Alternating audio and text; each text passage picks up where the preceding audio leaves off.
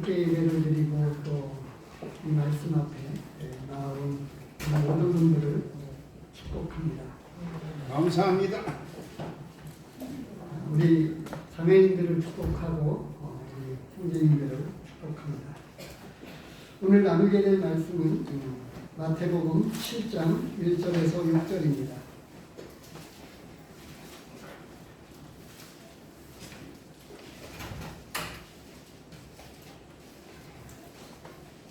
1절로 6절까지의 말씀을 봉독해 올리겠습니다. 비판을 받지 아니하려거든 비판하지 말라. 너희가 비판하는 그 비판으로 너희가 비판을 받을 것이요 너희가 헤아리는 그 헤아림으로 너희가 헤아림을 받을 것입니다. 어찌하여 형제의 눈 속에 있는 티는 보고 내 눈 속에 있는 들보는 깨닫지 못하느냐. 보라, 내 눈 속에 들보가 있는데 어찌하여 형제에게 말하기를 나로 내 눈 속에 있는 티를 빼게 하라 하겠느냐. 외식하는 자여, 먼저 내 눈 속에서 들보를 빼어라. 그 후에야 밝히 보고 형제의 눈 속에서 티를 빼리라. 거룩한 것을 개에게 주지 말며 너희 진주를 돼지 앞에 던지지 말라. 그들이 그것을 발로 밟고 돌이켜 너희를 찢어 상하게 할까 염려하라. 오늘 말씀을 가지고 제목을 조금 길게 적었는데요. 주보를 보면 하나님이 보고 계시고 있는 삶을 살라. 그리고 하나님의 소리를 듣고 있는 삶을 살라. 하나님이 보고 계시는 삶을 살라. 하나님이 우리 소리를 듣고 있는 삶을, 하나님의 소리를 듣고 있는 삶을 살라라고 하는 제목으로 말씀을 드렸습니다. 6절 말씀은 5절까지의 내용과는 비판에 대한 말씀과는 별개의 말씀입니다. 오늘은 아마 5절까지 말씀을 가지고 이렇게 말씀을 드려야 할 것 같습니다. 이 7장 1절로부터 이 5절까지에 있는 말씀을 왜 이런 말씀을 하게 되었을까요? 그리고 이 6장에 나와 있는 앞에 있는 이런 말씀과는 또 어떤 연관이 있을까요?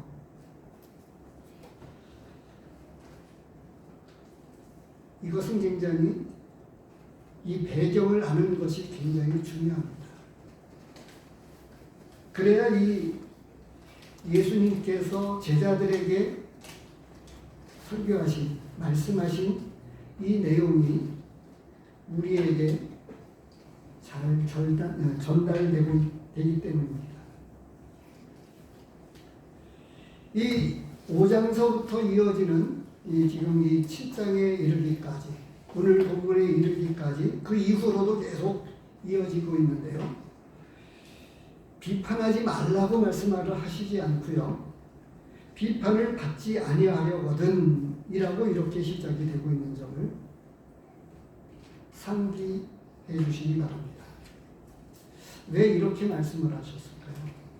비판을 받지 아니하려거든. 지금 이 말씀처럼 오늘날 우리는 지금 이 소리를 직접적으로 듣고 있습니다. 얼마나 많은 사람들이 믿는 사람들에 대해서 손가락질하고 있는지 알고 계십니까? 저와 믿고 있는 우리 성도님들에게 직접적으로요. 우리는 남 얘기하는 거를 참 좋아합니다. 그렇죠? 남 얘기 안 하시는 분 있는가요?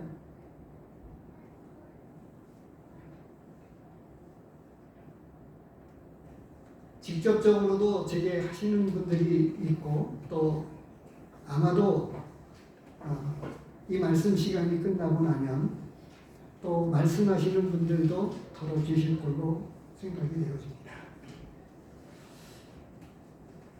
대통령에 대해서도 이야기하고 나라 임금도 뒤에서 다 욕을 합니다. 우리는 이와 같이 다른 사람 이야기하는 것을 굉장히 좋아하고 특별히 율법적인 사람일수록 더 그렇습니다. 판단을 쉽게 해서 그리고 비난하고 정죄하지. 율법적 사고를 가지신 율법주의자들은 더 그랬습니다. 얼마나 많은 사람들이 당시에 바리새인들과 서기관들이 예수님에 대해서 성토했습니까? 또 그들은 이 예수님을 따르고 있는 제자들에 대해서도 많은 이야기를 했을 것입니다. 그런데 무엇보다도 이 말씀을 하시게 된 진정한 배경이 있습니다. 이런 말씀은 매번 말씀을 드리고 싶지만 그런데 5장, 6장을 거쳐오면서 앞에 있는 내용들을 우리는 또 쉽게 잊어버리고 있기 때문에 지금 이 말씀을 단순하게 비판에 대한 이야기일 것으로 생각을 하게 됩니다. 그런데 그렇지 않습니다. 비판에 대해서 이야기를 하시지만 이 비판을 받지 아니하려거든 제자들에게 하신 말씀이에요. 비판을 받지 아니하려거든.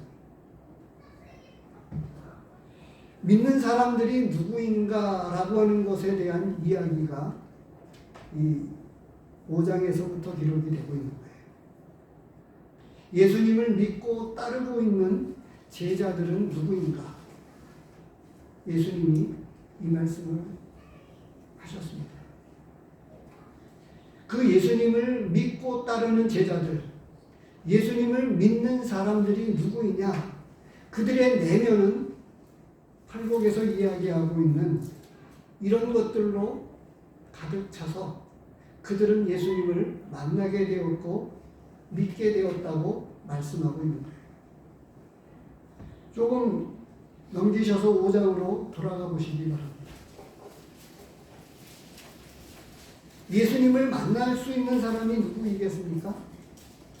심령이 낮아지고 그리고 자신의 죄에 대해서 정말 애통할 줄 알게 되었을 때 진정한 회개와 더불어 예수 그리스도가 누구인지를 깨닫고 예수 그리스도를 구주로 믿게 되었습니다. 그렇지 않은 바리새인들과 서기관들은 내 조상적부터 하나님을 섬겨왔다고 생각을 하고 나는 하나님을 잘 믿는 사람들이라고 생각을 하면서 정작 약속해 주신 메시아 바로 예수님을 보내주셨을 때 알아보지 못했고 비난했고 정죄했고 더 나아가서는 십자가에 못 박혀 죽였습니다. 오늘날 얼마나 많은 사람들이 교회를 다니고 있습니까? 그런데 이제 코로나 팬데믹으로 인해서 조금 걸러졌습니다. 진짜 믿음이 있는지 없는지는 이런 코로나 팬데믹을 통해서 조금 걸러져서 교회가 많은 공식적으로만 10,000개의 예배당, 10,000개의 교회가 문을 닫고 또 가깝게는 구미에 있는 어느 교회에서는 아주 상당히 많은 성도가 교인들이 떠남으로 인해서 교회의 부교역자들, 부목사님이나 전도사나 또 교회 버스를 운행했던 이 교회 직원들도 내보내지 않으면 안 될 만큼 이렇게 걸러졌습니다.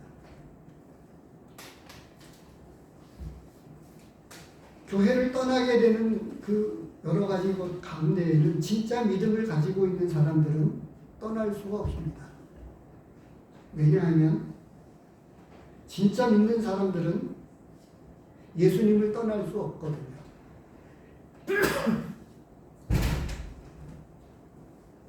바로 이 팔복을 통해서 그들의 심령 그리고 내적인 그 깊은 곳에서부터 예수님을 만나게 된 이런 예수님으로 말미암는 그 믿고 난 이후에 하나님의 성품이 그 안에 담겨지고 성령님으로 말미암는 이런 변화들이 잇따르게 되면서 그들은 빛으로 소금으로 하나님이 그들이 누구인가를 자신들에게 영적인 자존감을 세워주시고 죽어있던 영을 살리셔서 회복시켜 주셨습니다.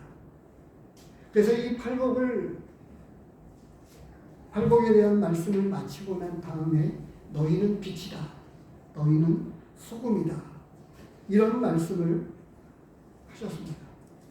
그리고 나서 이제 이어지는 율법에 관한 여러 가지 중요하게 생각하는 바리새인들과 서기관들이 생각하는 그리고 우리의 일상생활과도 밀접한 살인과 간음, 율법과 견주어서 어떻게 적용하고 이 하나님의 이 율법에 관계된 이런 말씀들을 어떻게 믿는 사람들은 제자들은 이 말씀을 어떻게 받아야 하고 어떻게 살아야 하는지를 말씀해 주셨어요. 율법에 대한 것만이 아닙니다. 이제 그들은 6장에 걸쳐서 쭉 이어가다 보면 남에게 보이는 신앙, 그런 신앙으로 살면 안 된다라고 하는 것을 말씀해 오셨습니다. 6장에서 그 말씀을 하셨죠. 여전히 비슷한 말씀인 것 같은데 많은 사람들은 착각을 합니다. 교회를 다니고 있는 그 이유를 물으면 아마도 조금 답을 잘 답변할 수 있는 사람은, 조금 잘 알고 있는 사람은 천국에 가기 위해서다 라고 답변을 할 것입니다. 그런데 그렇게 답변하는 사람들에게는 진정한 믿음이 없다고 말할 수 있습니다. 이렇게 말해야 합니다. 내가 지금 교회에 가는 이유는 나에게 말할 수 없는 놀라운 하나님의 나라, 천국을 선물로 주셨기 때문에 하나님을 예배하고 섬기지 않으면 안 되기 때문에 나는 하나님을 예배하고 하나님을 섬기기 위해서 교회에 간다.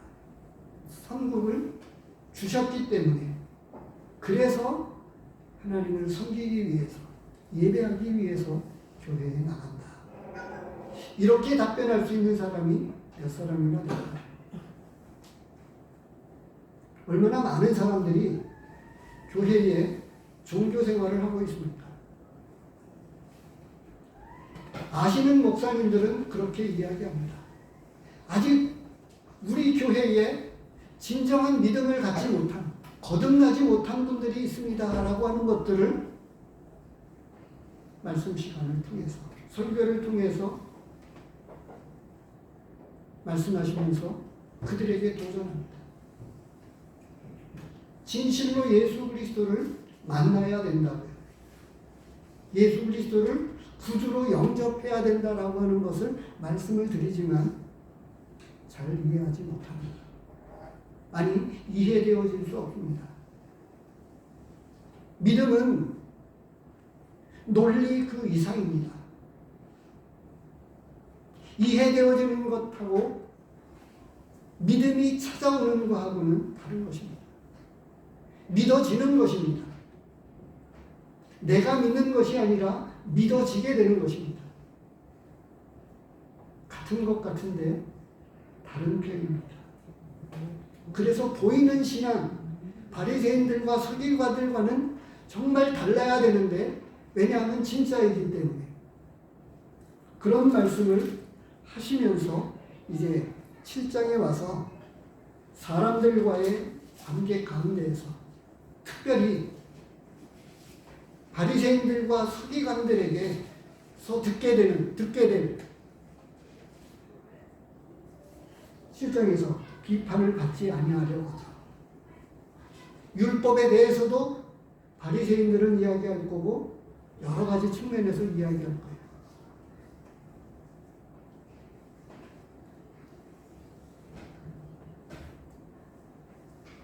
지난번에 그래서 그런 말씀을 드렸습니다. 자기 주변에 내 가까이에 살고 있는 이웃에게서 지금 내가 교회 나가고 있고 이런 건 말고요. 내가 주변 사람들에게 분명한 믿음의 간증을 통해서 저분들은 정말 예수님을 믿는 사람이 맞다. 다른 사람들에게서 그런 이야기를 듣는 사람이 맞습니까? 나는 내 주변의 이웃들에게서 가장 가까이에 있는 사람들에게서 저 사람은 정말 예수님을 믿는 사람이 맞다. 그렇지 않으면 여전히 세상 사람들은 그리고 우리 가까이에 있는 사람들은 비판을 할 것입니다. 믿는 사람이 저래. 믿는 사람이 차라리 그럴 것 같으면 나는 교회를 안 나가겠다고 이야기하는 사람들이 얼마나 많습니까? 단순한 비판의 이야기가 아닙니다. 비판을 받지 아니하려거든이 아닙니다. 예수 그리스도를 정말 구주로 믿게 된, 그래서 예수님을 믿고 따르는 제자들, 그들에게는 바리새인들과 서기관들과는 다른 정말 믿음을 가진 사람으로서 살게 되는 그 안에 있는 믿음의 능력이, 성령의 능력이 세상 사람들이 보지 못하는 하나님의 눈을 의식해 가면서, 그래서 이 6장에서 반복해서 하고 있는 말씀이 뭐였죠? 6장에서 찾아보시기 바랍니다. 은밀한 중에 보시는 너희 아버지께서, 은밀한 중에 보시는 아버지가 나를 지금 내 사랑하는 자녀를 주목해서 지켜보고 있는 거예요.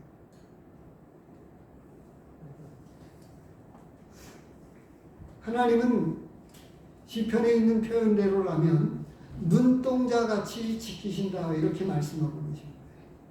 머리털 하늘까지라도 세심바 되었다 이렇게 말씀하시기도 하셨습니다. 그래서 이 7장 5절까지의 말씀을 살펴보면 한마디로 무슨 말씀을 하고 있는 거냐? 내 삶을 하나님 앞에서 판단해야 된다고 하는 거예요. 다른 사람을 이야기하기 전에 먼저 내 자신을 하나님 앞에서 판단하고, 그 말씀의 내용이 그런 말씀들로 반복이 되고 있는 거죠.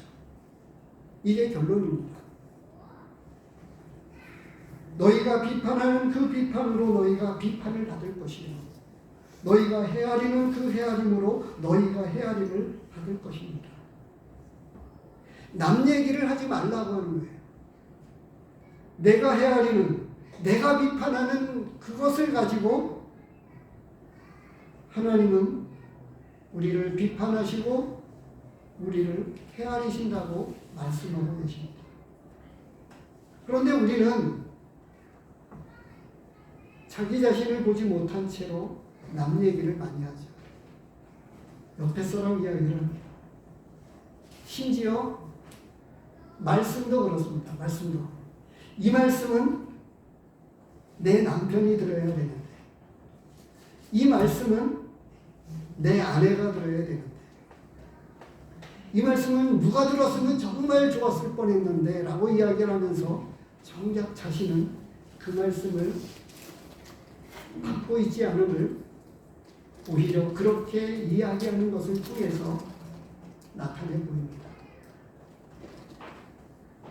말씀을 받는 사람은 하나님의 말씀으로 받는다고 되어 있고, 그러면 우리가 어찌할꼬 라고 이렇게 말씀에 있는 대로 말씀을 하게 되죠.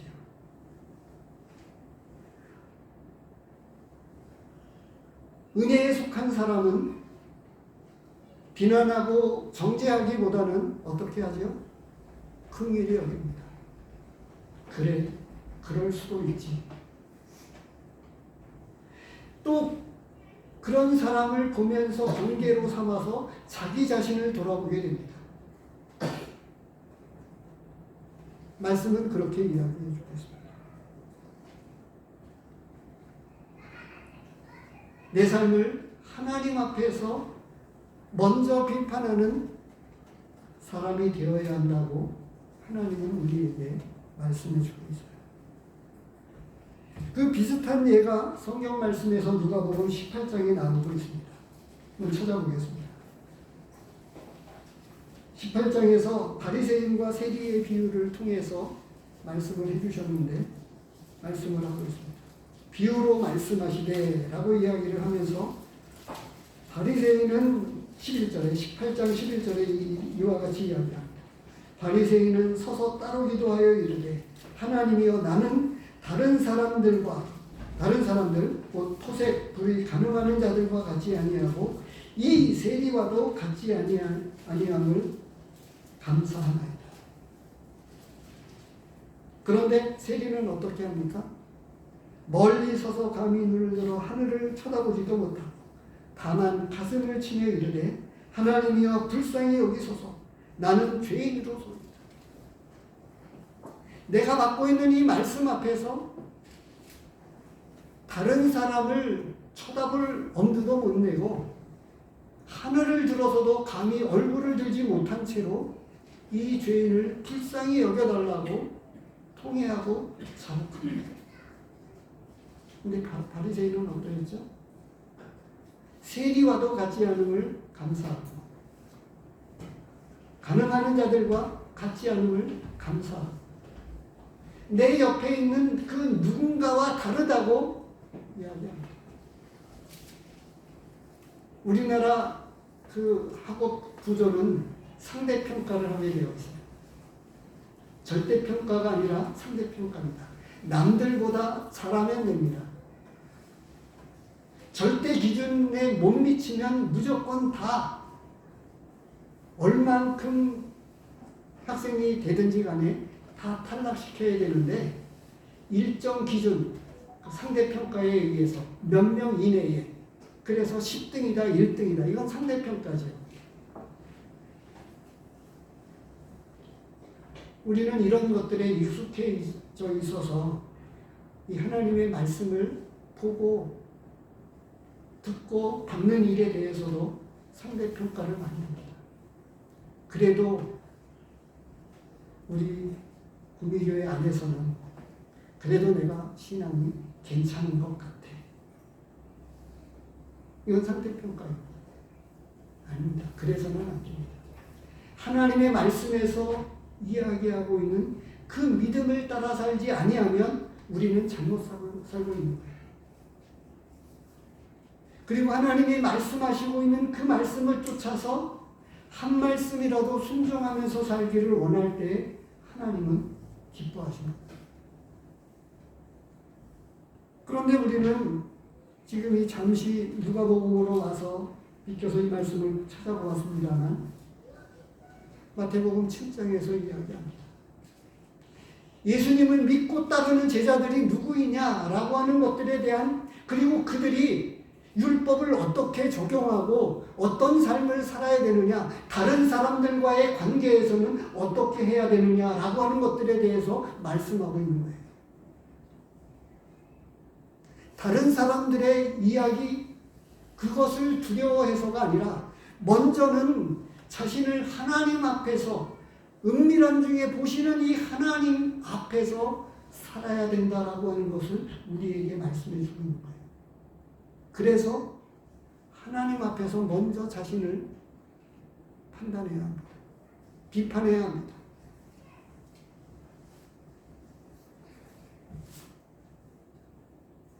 자신을 하나님 앞에서 비판해 보십시오. 나는 어떤 사람이죠? 나는 괜찮은 사람입니까?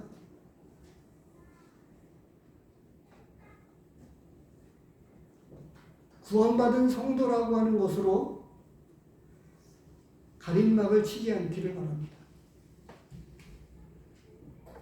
신약 성경 전체, 아니 신구약 전체를 통해서 하나님의 백성, 하나님의 자녀들을 전제하에 말씀하고 있는 거예요. 그런데 그 전제하에 그들의 믿음이 잘못되었을 때, 그리고 그 자녀들과 그 후손들이 하나님을 떠나게 되었을 때 말씀하고 있습니다.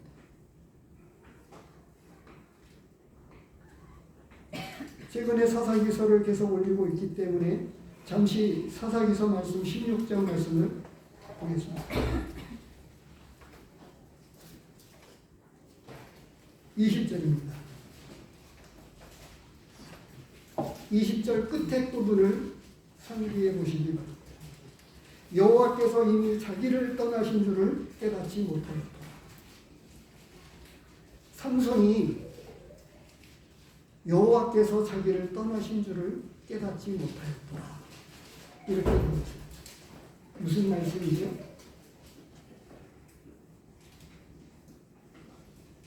우리와 세상 끝날까지 함께 하시겠다고 하시지만 하나님의 임재하심이 떠나게 될 때, 지난 시간에도 말씀을 드렸는데 삼손은 영적인 수치 가운데 빠져서 23절서부터 이어지는 23절, 24절, 25절을 놓고 보면 사단은 춤추고 노래하고 하나님을, 삼손이 믿고 있는 그 하나님을 우리 신이 이겼다, 하나님을 이겼다라고 축제로 큰 축제의 장을 열고 있습니다.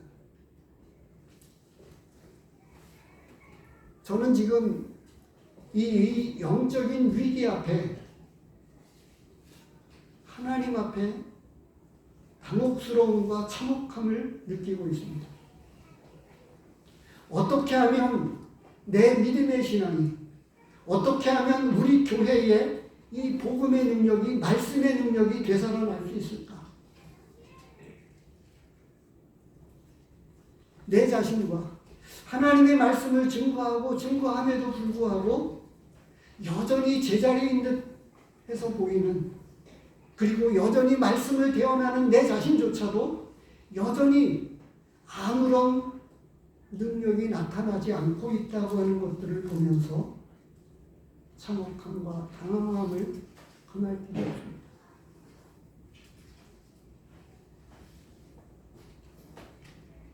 주일의 예배는 그래도 좌석이 어느 정도 차지만, 그러나 우리의 삶을, 지금 말씀에서 이야기하고 있는 예수님의 말씀을 살펴보시기 바랍니다.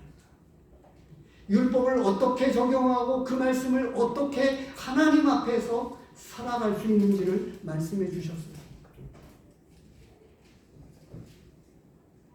그런데 우리의 매일의 삶 가운데서 하나님과 동행하는 삶, 오늘 예배 시간에 제가 20장 말씀을 가지고 올려드렸습니다만, 그들은 베냐민 지파와 나머지 이스라엘 자손들이 자기의 동족 베냐민 지파와 전쟁을 치르면서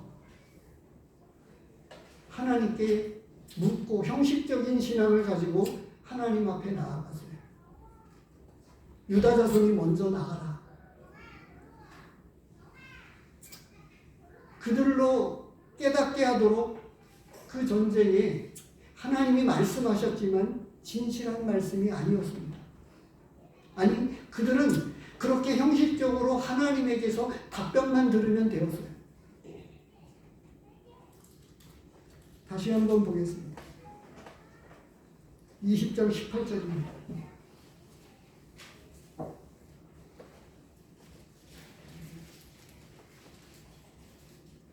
이스라엘 자손이 일어나 베델에 올라가서 하나님께 여쭈어 이르되 우리 중에 누가 먼저 올라가서 베냐민 자손과 싸우리이까 하니 여호와께서 말씀하시되 유다가 먼저 갈지니라. 나중에 25절에 가서 보면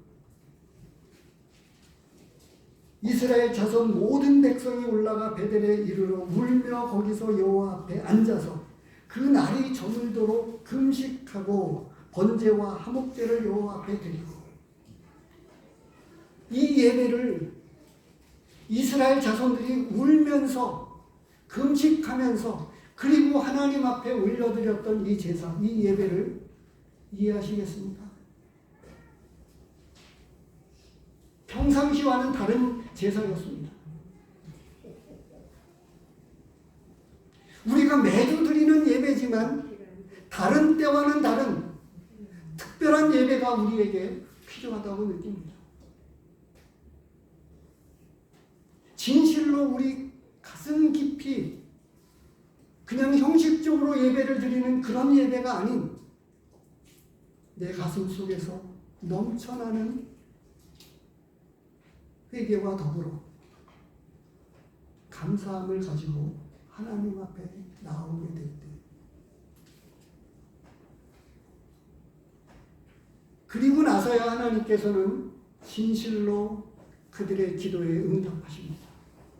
하나님께서 그 예배를 받으시고 나서 그 기뻐 받으신 그 예배를 통해서 하나님은 이스라엘 자손들에게 말씀하고 계십니다. 28절 끝에 여호와께서 이르시되 올라가라. 내일은 내가 그를 내 손에 넘겨주리라 하시는지라. 내일은 비로소 그 예배를 받으시고 나서야 하나님은 응답하시고 말씀해 주셨습니다.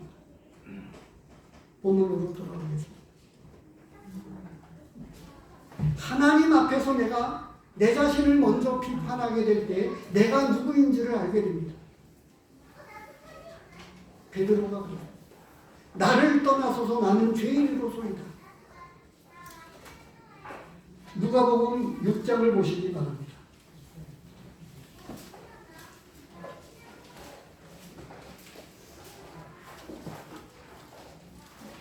6장 20절에 보면 바로 이 마태복음 5장에서부터 이야기하고 있는 산상순으로 이야기하고 있는 이 말씀이 누가복음에서 6장에서 말씀하고 있는데요.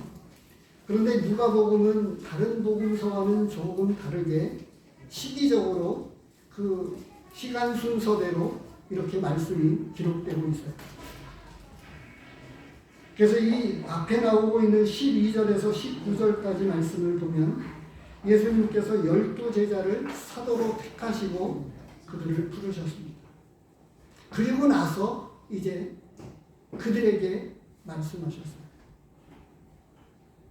제자들에게 첫 번째로 가르치신 말씀이라고 하는 내용이에요.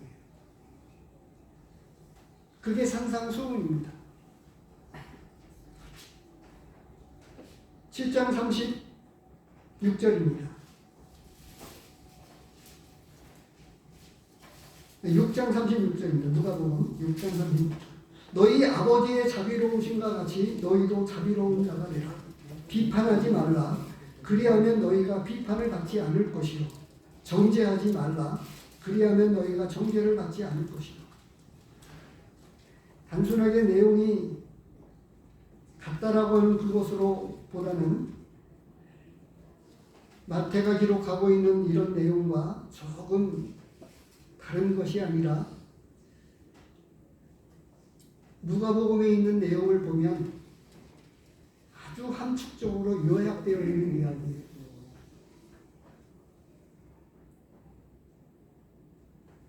그래서 이 마가복음이나 요한복음이나 이런 부분에서도 언급되고 있는 것들이 보충되어질 때 그 내용은 보다 깊게 그리고 조금 더 세밀하게 다양한 말씀으로 말씀하셨던 것들을 우리는 보게 됩니다. 비판을 받지 아니하려거든. 그래서 다른 사람 때문에가 아닙니다. 다른 사람의 눈을 의식하고 다른 사람의 소리를 의식해서가 아니라, 그래서 제목을 그렇게 정한 거예요.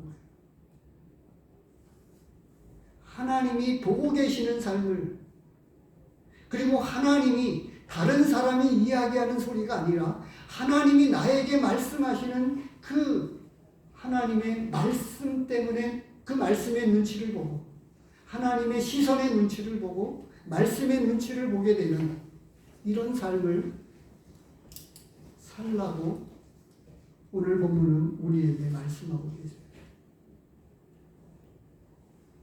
그 일에 먼저 자신을 하나님 앞에서 판단하고, 그리고 먼저 두 번째로 내 삶에 하나님의 눈과 하나님의 소리를 두려워해야 된다고. 은밀한 중에 보시는 이 하나님이 갚으신다. 은밀한 중에 보시는 하나님이 들어주신다. 이렇게 말씀하고 계세요.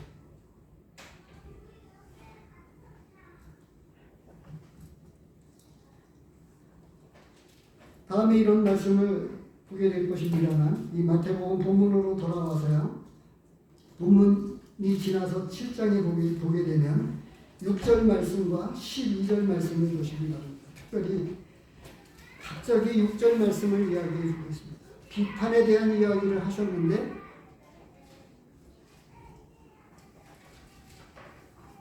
거룩한 것을 개에게 주지만요, 진주를 돼지 앞에 던지지 말라고 말씀하고 계세요.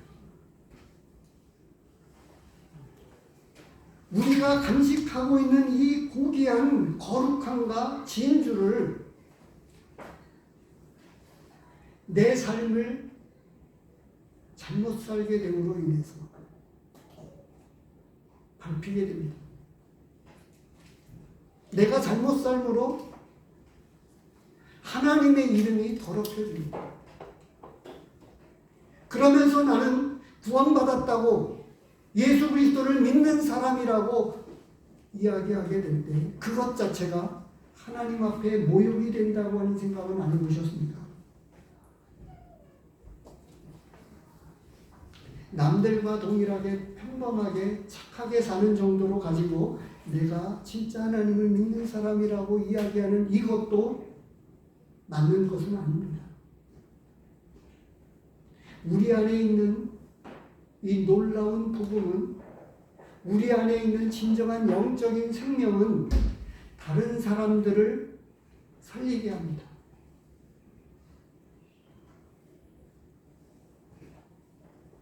이어령 씨에 대한 이 기록을 오늘 주보에 실었는데요.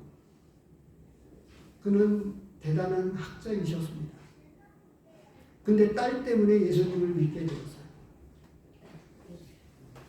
그리고 나서 살리는 빵, 진짜 생명을 주는 빵을 먹어야 된다고 그는 뒤늦게 간증하고 고백하고 있는 모습을 보게 됩니다. 12절 말씀을 보시기 바랍니다. 질문을 그냥 숙제로 드릴게요. 제가 6절 말씀을 먼저 말씀을 드렸는데, 갑자기 기도에 대한 이야기를 하시는데, 그러므로 무엇이든지 남에게 대접을 받고자 하는 대로 너희도 남을 대접하라.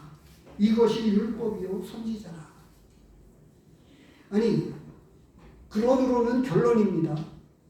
구하라, 찾으라, 두드려라 이렇게 말씀을 하시는데 12절에 와서 결론을 가지고 이야기할 때 무엇이든지 남에게 대접을 받고자 하는 대로 너희도 남을 대접하라고 말씀하고 계세요. 이 말씀이 어떻게 기도하는 것과 연결이 되어질 수 있을까요? 왜 이 기도하는 말씀의 결론이 될까요? 비판은 단순한 비판 그 이상, 하나님이 보시는 그 시각 앞에, 절대평가 앞에 하나님의 시선을 의식하고 하나님의 소리를 의식하고 사람의 소리가 아닌 우리는 여전히 헌금함을 이용하고 있습니다만 헌금 바구니에 대해서 지난번에 말씀드렸습니다. 헌금 바구니를 돌리면 지금보다는 훨씬 더 연보가 많아질 것이 틀림이 없을 겁니다. 우리는 여전히 사람의 눈치를 보기 때문입니다. 그런데 말씀하시는 대로 오른손이 하는 것을 왼손이 모르게 하라고 말씀하신 대로 다른 교회와 다르다고 하는 게 아니라 이 말씀 앞에 우리는 순종하기 위해서 그 누구도 자신과 하나님만 아는 연보를 하나님 앞에 드리고 있는 겁니다. 그러나 말씀은 어떻게 이야기하고 있죠? 내 보물을 하늘에 쌓으라고 말씀하고 계십니다. 얼만큼 하나님 하늘에 이 보화를 저축하고 계십니까? 사람들과의 관계 이전에 하나님과의 관계 속에서 그 깊은 곳으로 들어가서 하나님을 이제 진짜 믿게 되었는데 믿었다고 이야기하면서 근데 이 복음의 능력은 자신을 헌신하고 헌신해서 다른 사람을 위해 살게 만드는 능력이 있는 거예요. 그래서 아낌없이 베풀게 되죠. 남아서가 아닙니다. 하나님께서 거저 주셨기 때문에 거저 베푸는 거예요. 그래서 부자는 은사입니다. 왜냐하면 하나님께서 나에게 주신 달란트를 통해서 나를 위해서가 아니라 나를 통해서 하나님은 다른 사람을 섬기게 하셨다고 하는 이 믿음을 갖게 될 때 비로소 하나님께서 주신 그 은사가 10분 발휘되어지죠.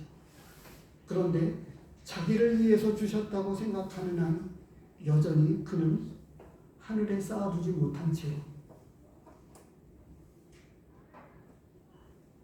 그래서 진짜 복음의 능력은 하나님을 더없이 섬기게 만들고 하나님의 뜻대로 살게 하는 그런 능력이 우리에게 복음의 능력 안에 있는 건데 말로는 복음 이야기하지만 실제 우리의 삶이 미치지 않고 있다고 하면 우리는 조금 전에 언급했던 삼손의 수치처럼 그래서 지금 그토록 시간이 흘렀고 역사가 있지만 우리에게 좀처럼 드러나지 않고 있는 이 영적인 능력을 회복시켜야 되겠다고 하는 간절함이 우리 모두에게 있기를 원합니다.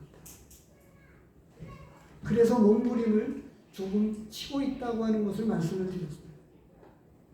무엇을 조금 바꿔보기도 하고 장소를 이렇게 옆으로 틀어서 게시판도 조금 바꿔보고 지금도 원하는 것은 저 스피커가 넘어질 수 있는 소지가 있어서 이번에 수요일에 황산교회 예배당을 한번 가보시기 바랍니다. 이 지금 이쪽 그 커튼 옆으로 그리고 이쪽 에어컨 옆으로 이 기둥이 튼튼한 기둥이 동일하게 있습니다. 그 기둥에 잘 박아가지고 콘크리트에 이 스피커를 안전하게 설치해 놓으면 조금 더 소리도 더 잘 들리고 왜냐하면 높이 띄워서 적절한 위치에서 떨어질 염려도 없이 아직도 보완해야 되고 우리의 환경 이곳에 있는 동안에라도 좀 뭔가 바꿔보고 그렇게 해서 그리고 무엇보다도 이 외부적인 환경이 아니라 내적인 우리의 영적인 능력을 회복하게 될 때 구원받는 역사들이 일어나고 우리 자신이 이 말씀 앞에서 우리가 이 말씀 앞에서 어떻게 살아야 하느냐 그러면 내가 부족해서 내가 헌신하지 않아서 내가 주님 앞에 아직 드리지 못하고 있기 때문에 아직 우리 교회에 부흥이 찾아오지 않는 것 같다고 깨닫게 될 것입니다. 끝으로 이 말씀을 통해서 우리에게 말씀해 주고 있습니다. 내 삶의 진실한 믿음은 사랑의 비판입니다. 사랑의 비판은 어떻게 나타나죠? 권면입니다. 직접 본인에게 뒤에서 이야기하는 것이 아니라 면책은 숨은 사랑보다 낫다고 잠언 27장에서 말씀하고 있습니다. 면전에서 진실한 진언을 권면을 하게 될 때 충신은 목숨을 각오하고 바른 소리를 임금 앞에 올려서 그래서 성분이 되어지도록 신하가 임금에게 직언을 하지요. 마찬가지입니다. 면책은 숨은 사랑보다 낫다라고 하신 말씀이 그런 것입니다.